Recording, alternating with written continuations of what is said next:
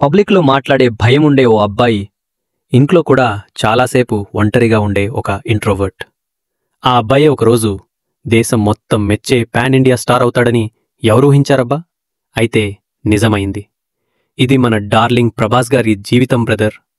ప్రభాస్ గారు 1999లో మద్రాస్, చెన్నైలో జన్మించారు. వారి కుటుంబం ఇప్పటికే సినిమా నేపథ్యం ఉన్నది. అయినా ఆయనకి సినిమాల్లోకి రావాలన్న ఇంట్రెస్ట్ లేదు. అసలాయన చాలా శాంతంగా మాట్లాడేవాడే కాదు, చాలా ఇంట్రోవర్ట్. కాని మనసు లోపల పెద్ద కలలు. అలా మొదలైంది ప్రభాస్ ప్రయాణం. 2002లో ఈశ్వర్ అనే సినిమాతో ఎంట్రీ ఇచ్చాడు. తర్వాత వర్షంతో పెద్ద హిట్ అందుకున్నాడు. కాని స్టార్గా మారింది ఛత్రపతితో. డైరెక్టర్ రాజమౌళితో కలిసిన ప్రభాస్ ఒక విప్లవాత్మక హీరోగా మారిపోయాడు. కాని అసలు మ్యాజిక్ బాహుబలితో ప్రారంభమైంది.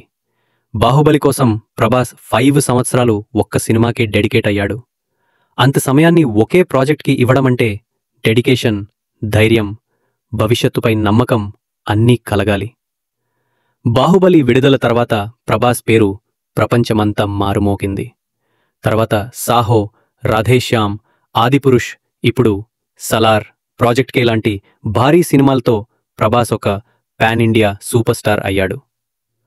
ఇంకా మీడియా ఇంటర్వ్యూల్లో చాలా తక్కువ మాట్లాడే ప్రభాస్.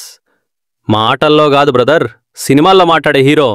ఇది కేవలం హీరో కథ కాదు, ఒక నమ్మకం, ఓ శోభితం జీవితం, పాన్ ఇండియా గుర్తింపు పొందిన నిజమైన కథ. ఈరోజు మనం గర్వంగా చెప్పగలిగే పేరు డార్లింగ్ ప్రభాస్.